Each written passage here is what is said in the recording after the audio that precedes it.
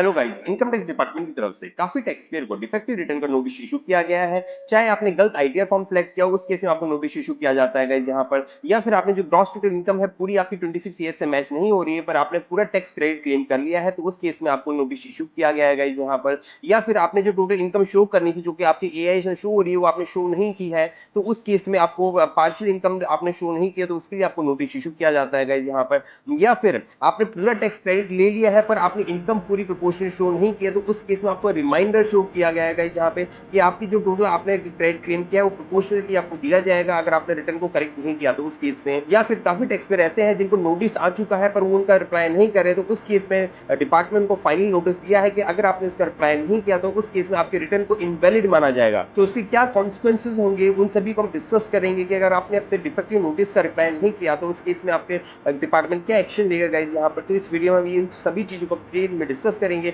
आपको कौन सा आईटीआर फॉर्म फाइल करना चाहिए था, कैसे आपको फाइल करना है, उस नोटिस का कैसे आपको रिप्लाई करना है गाइस यहाँ पर। अगर आप रिप्लाई नहीं करते हो तो उस केस में आपके पास क्या एक्शन होगा गाइस, क्या आपके लॉसेस होंगे गाइस, वो सभी चीजें हम इस वीडियो में डिस्कस करने वाले हैं। तो वीडियो को जरूर लास्ट तक देखना और इस वीडियो को उन सभी के साथ जरूर शेयर करना जिनके पास डिफेक्टिव रिटर्न का नोटिस आया गाइस यहाँ पे, ताकि उसका टाइम रिप्लाई कर पाए। अगर आप भी अपने रिटर्न को टैक्स एक्सपर्ट के थ्रू फाइल कराना चाहते हैं तो स्क्रीन पे दिए हुए नंबर पे आप कांटेक्ट कर सकते हैं। Let's start the video guys. पहला जो नोटिस आ रहा है कि आपने रॉन्ग आईटीआर फॉर्म सिलेक्ट किया हुआ है, मींस आपको आईटीआर 1 फाइल नहीं करना था, आपको आईटीआर 2 आईटीआर 3 आपकी जो इनकम है उसके हिसाब से आपको आईटीआर 2 3 या 4 आपको फाइल करना था, पर आपने आईटीआर 1 फाइल कर दिया गाइस। यहाँ पे काफी टैक्स पेयर बोल रहे हैं सर लास्ट ईयर तक हमने आईटीआर 1 फाइल किया था, उसकी बेसिस पे हमें रिफंड आ गया था गाइस, पर इस साल से ये रिटर्न आपको अगर करेक्ट आईटीआर फॉर्म फाइल करेंगे तभी आपको यहाँ पे आपको रिफंड मिलेगा गाइस। यहाँ पे डिपार्टमेंट क्लियर बोल दिया है कि आपको correct appropriate ITR form file करना पड़ेगा तभी आपको यहाँ पे रिफंड इशू किया जाएगा, नहीं तो आपकी रिटर्न को डिफेक्टिव माना जाएगा। अगर आपने इसका रिप्लाई नहीं किया तो उसे इनवैलिड माना जाएगा यहाँ पे।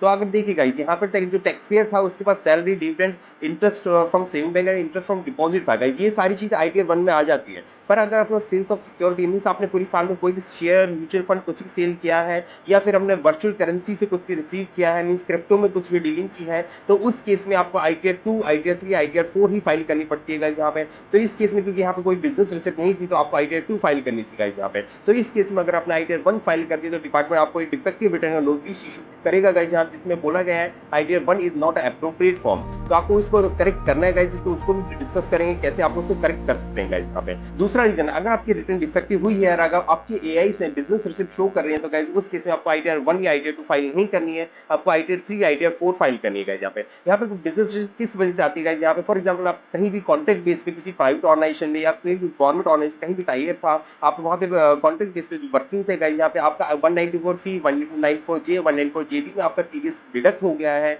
तो उस केस में आपको बिजनेस रिसिप्ट मानी जाएगी। तो उस केस में आपको आईटीआर 4 या आईटीआर 3 फाइल करना पड़ेगा गाइस, तभी आपकी रिटर्न प्रोसेस होगी गाइस यहाँ पे। नहीं तो आपको यहाँ डिफेक्टिव रिटर्न का नोटिस आता रहेगा यहाँ पे, और उसको अगर आप टाइम से रिप्लाई नहीं करते तो आपकी जो रिटर्न है वो इनवैलिड मानी जाएगी यहाँ पर, और उसके काफी हैवी कॉन्सिक्वेंस होने वाले हैं गाइस यहाँ पे, वो भी हम डिस्कस करेंगे गाइस यहाँ पे। इसके अलावा काफी टैक्स पेयर क्या होते हैं गाइस यहाँ पे, उनके पास बिजनेस रिलेशनशिप आती है क्योंकि वो ब्लिंकिट जोमेटो या किसी भी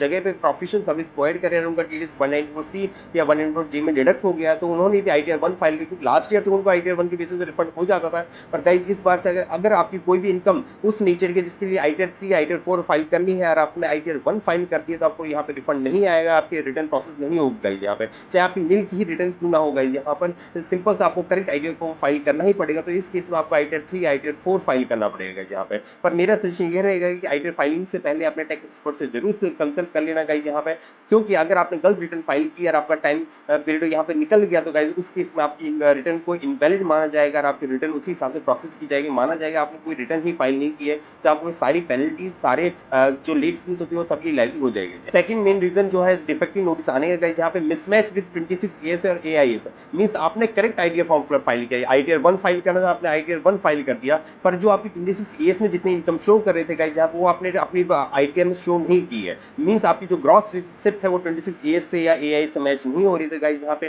तो उस केस में डिपार्टमेंट आपको नोटिस का इशू करता है कि भाई आपने जो टैक्स क्रेडिट है मींस आपकी जो 26 ईयर्स में जितने इनकम पे टीडीएस कटा था वो तो आपने पूरा क्लेम कर लिया, पर आपने इनकम इनकम पूरी शो नहीं की है तो उस केस में आपके रिटर्न को डिफेक्टिव बोला जाएगा, जहां पर आपको अपने रिटर्न को करेक्ट करना है। आपको जो भी 26 ईयर्स में इनकम शो हो रही है वो आपको पूरी शो करनी पड़ेगी, तभी आपकी रिटर्न प्रोसेस होगी गाइस यहाँ पर। तो गाइस ये नोटिस इसीलिए इशू किया गया है कि आपकी ग्रॉस रिटर्न इनकम जो आपने शो की तो वो आपकी 26 ईयर्स से या एआई से मैच नहीं हो रही है, तो आपको उसको सिंपल सा अपनी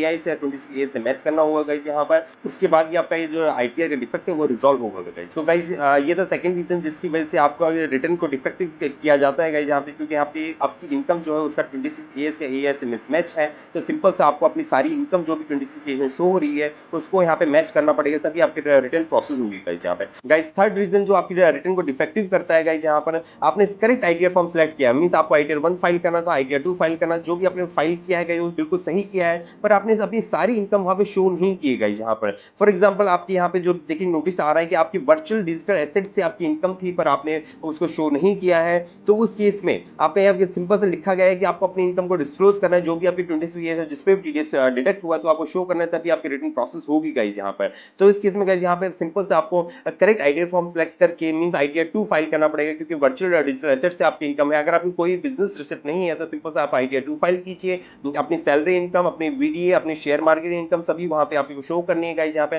तो उसके बाद आपकी जो डिफेक्ट है वो रिजॉल्व हो जाएगा यहाँ पे। तो यहाँ पे सिंपल सा डिपार्टमेंट सॉल्यूशन भी दिया है कि आपको अपनी इनकम को डिस्क्लोज करना है जो कि 26 ईयर्स में शो कर रही है गाइस यहाँ पे, उसके बेसिस पे आपकी रिटर्न प्रोसेस हो जाएगी, आपको डिफेक्ट जो है रिजॉल्व हो जाएगा यहाँ पर। तो गाइस ये था थर्ड रीजन जिसकी वजह से आपको डिफेक्टिव रिटर्न का नोटिस आ सकता है गाइस यहाँ पे। तो अगर आपने भी अपने रिटर्न में कोई भी मिस्टेक की है तो उसको करेक्ट कर लेना गाइस यहाँ पर। इवन काफी बार टैक्स पेयर क्या करते हैं गाइस यहाँ पे, जो इनकम है वो पूरी शो कर देते हैं पर वो गलत हेड के अंदर। फॉर एग्जांपल वीडी की इनकम थी, उन्हें आईटीआर 1 फाइल कर दी है, क्योंकि वीडी आईटीआर 1 में नहीं आता है, वर्चुअल करेंसी जो होती है उसके लिए आपने अदर सोर्सेज में दिखा दिया, आपने इनकम पूरी शो किएगा यहाँ पे, टैक्स पेयर ने पूरा टैक्स पे किया है, सब कुछ पे किया, पर क्योंकि वर्चुअल डिजिटल एसेट्स में जहां दिखानी थी वहां पे आपने नहीं दिखाई है, तो उस केस में भी डिपार्टमेंट आपको नोटिस इशू कर देगा यहाँ पे। क्योंकि सिंपल सा डिपार्टमेंट का सिस्टम ही ऐसा है गाइस, यहाँ पे वो देखेगा कि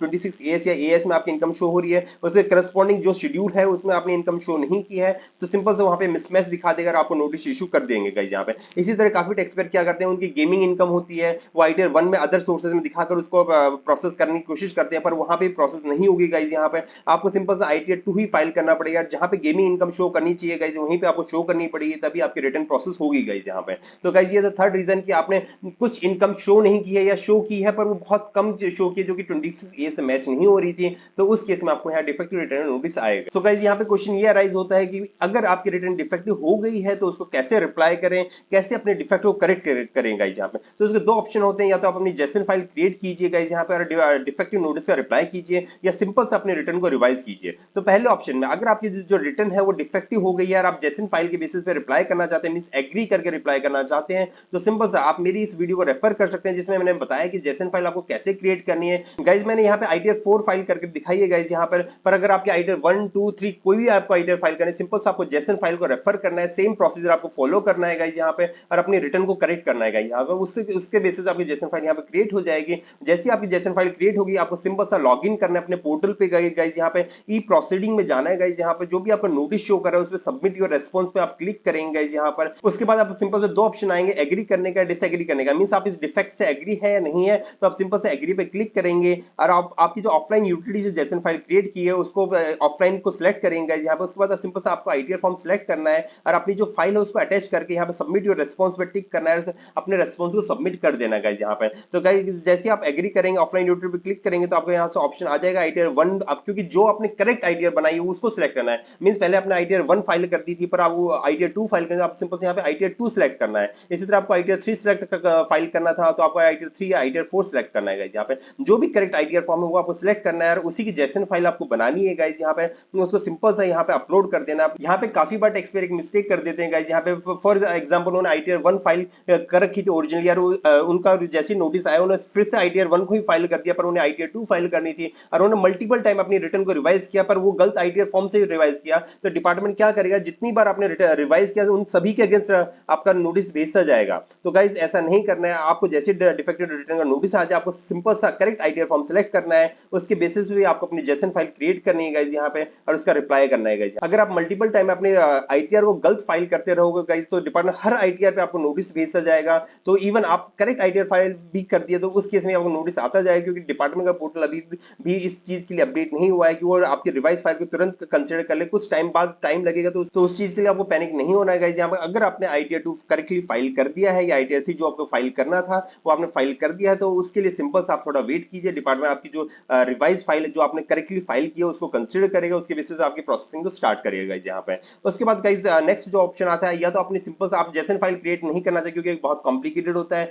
मैनुअल इसमें काम करना होता है गाइस यहाँ पर। तो उस केस में आप सिंपल से क्या कर सकते हैं गाइस, अपनी रिवाइज आईटीआर फाइल कर सकते हैं। अब रिवाइज आईटीआर कैसे फाइल करनी है गाइस यहाँ पे, इसके लिए मैंने अलग से वीडियो बना रखी है कि रिवाइज आईटीआर सेक्शन 139(5) में कैसे फाइल करनी है। आप सिंपल सा मेरे चैनल पे जाकर देख सकते हैं गाइस। उसमें सिंपल सा आपको सेक्शन 139(5) पे सिलेक्ट करना है और उसके बेसिस पे आपको अपनी रिवाइज आईटीआर फाइल करनी है। उसके बाद सिंपल सेम ही यूटिलिटी ओपन हो जाएगी गाइस, जैसे आप ओरिजिनल आईटीआर फाइल करते हैं आपको सारी डिटेल अपनी अपडेट करनी है गाइस यहाँ पर मेरा सजेशन ये रहेगा आप अपने टैक्स एक्सपर्ट से जरूर कंसल्ट कर लें गाइस यहाँ पे, क्योंकि अगर आपने डिफेक्टिव रिटर्न का प्रॉपर रिप्लाई नहीं किया तो आपकी रिटर्न इनवैलिड हो जाएगी गाइस यहाँ पे। अगर आपकी रिटर्न इनवैलिड हो जाती है तो उसकी क्या कॉन्सिक्वेंसेस हो उसको भी मैंने इस वीडियो में डिस्कस किया, तो वीडियो में जरूर लास्ट तक बने रहना गाइस यहाँ पर। तो गाइस जैसे ही आप अपनी रिटर्न को रिवाइज कर दोगे उसके बाद जो आपका नोटिस है गाइस यहाँ पे सिंपल से उस पर जैसे सबमिट करने जाएगा आपको मैसेज देगा कि revise return has already been filed, तो no further action is required. Means आपका जो नोटिस है वो हट जाएगा गाइस यहाँ पर। आपको सिंपल सा आपके जो रिवाइज रिटर्न उसी को कंसीडर किया जाएगा यहाँ पे। तो सिंपल सा आप यहाँ पे अपने रिटर्न को भी रिवाइज कर सकते हैं। अगर आप जेसन फाइल नहीं बनाना चाहते हैं, जेसन फाइल बनाना चाहते हैं उसके लिए भी मैंने वीडियो बना रखी है, आप उसको रेफर कर सकते हैं गाइस यहाँ पे।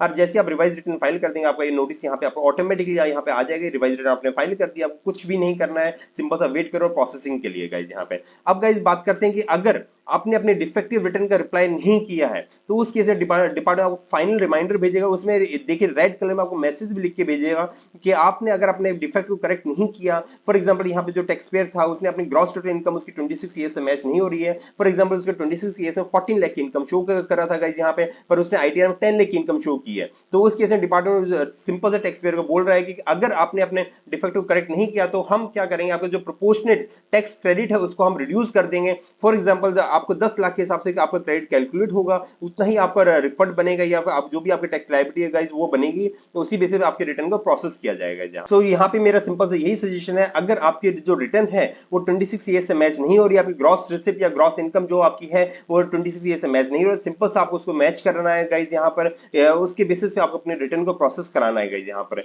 तो गाइस यहाँ पे डिपार्टमेंट सिंपल से आपको रेड मैसेज दे रहा है गाइस यहाँ पे, तो आपको टाइमली इसका कंप्लायंस करना है। अगर कंप्लायंस नहीं करोगे तो आपकी रिटर्न भी इनवैलिड भी हो सकती है गाइस यहाँ पे। नेक्स्ट जो नोटिस आता है गाइस यहाँ पे, जो टैक्स पेयर है वो डिफेक्टिव नोटिस का पर इग्नोर कर रहे हैं, उसका प्रॉपर रेस्पॉन्स नहीं कर रहे हैं, तो उस केस में गाइस यहाँ पे डिपार्टमेंट फाइनल रिमाइंडर के रूप में भेज रहा है कि अगर आपने अपने डिफेक्ट को करेक्ट नहीं किया तो आपके रिटर्न को इनवैलिड माना जाएगा। तो गाइस आप बात कर लेते हैं अगर आपकी रिटर्न इनवैलिड हो जाती है तो उस केस में क्या कॉन्सिक्वेंस होने वाले हैं गाइस यहाँ पे। तो कॉन्सिक्वेंसेस की बात करते हैं गाइस यहाँ पे, अगर आपकी रिटर्न इनवैलिड हो जाती है मींस आपने अपने डिफेक्ट का टाइमली रिप्लाई नहीं किया, तो उस केस में अगर आपकी 5 लाख से ज्यादा की इनकम है तो 5,000 रुपए की आपको लेट फीस पे करनी पड़ेगी गाइस यहाँ पे। अगर 5 लाख से कम की इनकम है तो 1000 रुपीज की आपको लेट फीस पे करनी पड़ेगी। माना जाएगा कि आपने रिटर्न फाइल ही नहीं की है तो आपके ऊपर सारे बिलेटेड रिटर्न के कॉन्सिक्वेंसेस यहाँ पे अप्लाई होने वाले हैं यहाँ पे, तो आपको लेट फीस पे करनी पड़ेगी। उसके अलावा जो भी आपकी लॉसेस हैं, चाहे वो बिजनेस लॉस हो, कैपिटल गेन लॉस है या स्पेकुलेटिव बिजनेस से लॉस हो, वो कुछ भी कैरी फॉरवर्ड नहीं होगा, मींस नेक्स्ट ईयर आप उसे कैरी फॉरवर्ड नहीं कर सकते गाइस यहाँ पे।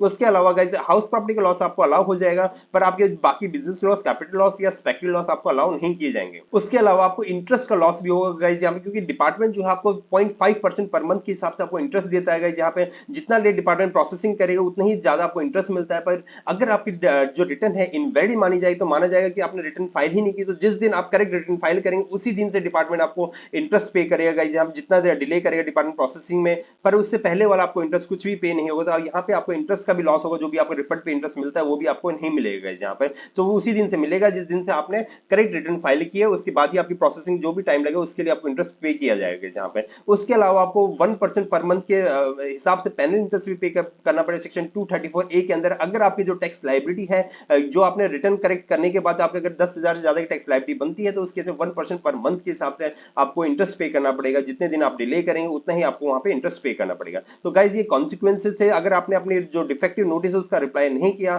तो आपको ये सारे कॉन्सिक्वेंसेस फेस करने पड़ेंगे। मींस आपको 5,000 या 1,000 रुपए की पेनल्टी प्लस आपके लॉसेस कुछ भी अलाउ नहीं होंगे। आपको रिफंड पे जो इंटरेस्ट है गाइस उसी दिन से आपको अलाउ करेंगे जिस दिन से आप करेक्ट आईटीआर फॉर्म फाइल करेंगे गाइस यहाँ पे, और आपको ये एडिशनल 1% की पेनल इंटरेस्ट भी आपको यहाँ पे करना पड़ेगा। सो गाइस मेरा यहाँ पे यही सजेशन है, अगर आपको डिफेक्टिव रिटर्न का नोटिस आता है तो उसका टाइमली रिप्लाई कर दें, अगर आप अपनी रिटर्न को टैक्स एक्सपर्ट के थ्रू फाइल कराना चाहते हैं तो स्क्रीन पे दिए हुए नंबर पर आप कॉन्टेक्ट कर सकते हैं। Guys hope you find this video informative. Please like share and subscribe my channel. In case of any doubt please put your comment in comment box. Thank you friends.